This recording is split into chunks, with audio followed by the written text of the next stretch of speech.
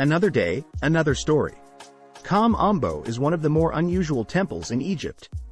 Due to the conflict between Sobek and Horus, the ancient Egyptians felt it necessary to separate their temple spaces within one temple. The Kom Ombo temple has two entrances, two courts, two colonnades, two hypostyle halls and two sanctuaries, one side for each god. Built to overlook the Nile, the temple is located in the city of Kom Ombo, about 30 miles north of Aswan.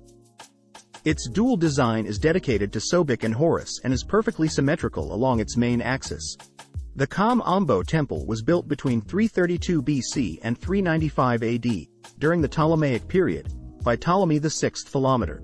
Ptolemy XII Neos Dionysius continued the work and built the exterior and interior hypostyle halls. The temple was built with local limestone by men who rode on elephants, considered to be a Ptolemaic innovation. Little remains of the original structure.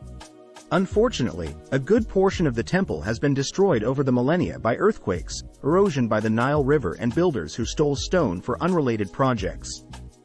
In 1893, a French archaeologist by the name of Jacques de Morgan cleared the southern portion, the half dedicated to Sobek, of debris and restored it. During the Roman period, additions to the temple were made in the form of decorations in the main court. At this time, an outer corridor was also added. Augustus built an outer enclosure wall and a portion of the court, but those structures have since been lost. The Coptic Church took over the temple and converted it into its own place of worship. It was at this time that many of the ancient reliefs were defaced and removed. Kom Ombo was dedicated mainly to Sobek and Horus, however, some of their family members were part of the temple's dedication as well. The southern portion of the temple was not just dedicated to Sobek, the god of fertility, but also to Hathor, the goddess of love and joy, and Khonsu, the god of the moon. In this portion of the temple, there are many crocodile representations to pay homage to Sobek. This part of the temple is also called House of the Crocodile. The northern portion of the temple was dedicated mainly to Horus, god of the sun, and also Tasnet Nofre, meaning the good sister, and a manifestation of Hathor, and Penebdeway, meaning the Lord of Two Lands, which represented Egyptian kingship. In this part of the temple, there are many representations of falcons to pay homage to the falcon-headed god, Horus. This part of the temple is also called Castle of the Falcon.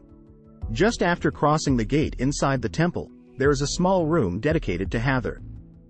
Today, it is used to display the many mummified crocodiles that were found in the temple's vicinity. A well in front of the main entrance was once used as a nilometer.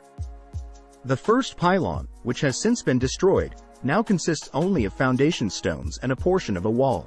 Entering into the main court, there are 16 painted columns, 8 on each side of the court. A granite altar sits in the center of the main court, likely where the sacred boat was placed. On the rear wall of the main court are 5 lotus-shaped columns along with a screen wall. 2 entrances, one for each deity, open up here. Through both entrances lies the first hypostyle hall. There are 10 lotus-shaped columns here with the middle 2 separating the 2 halves of the hall. Separate entrances guide visitors into the second hypostyle hall known as the Hall of Offering. Beyond this Hall of Offering are 3 antechambers, now all nearly destroyed. Curiously, the twin sanctuaries which are found beyond the antechambers are separated by a hidden chamber. A dual passageway runs the perimeter of the entire temple and there are 7 additional rooms along the interior passage.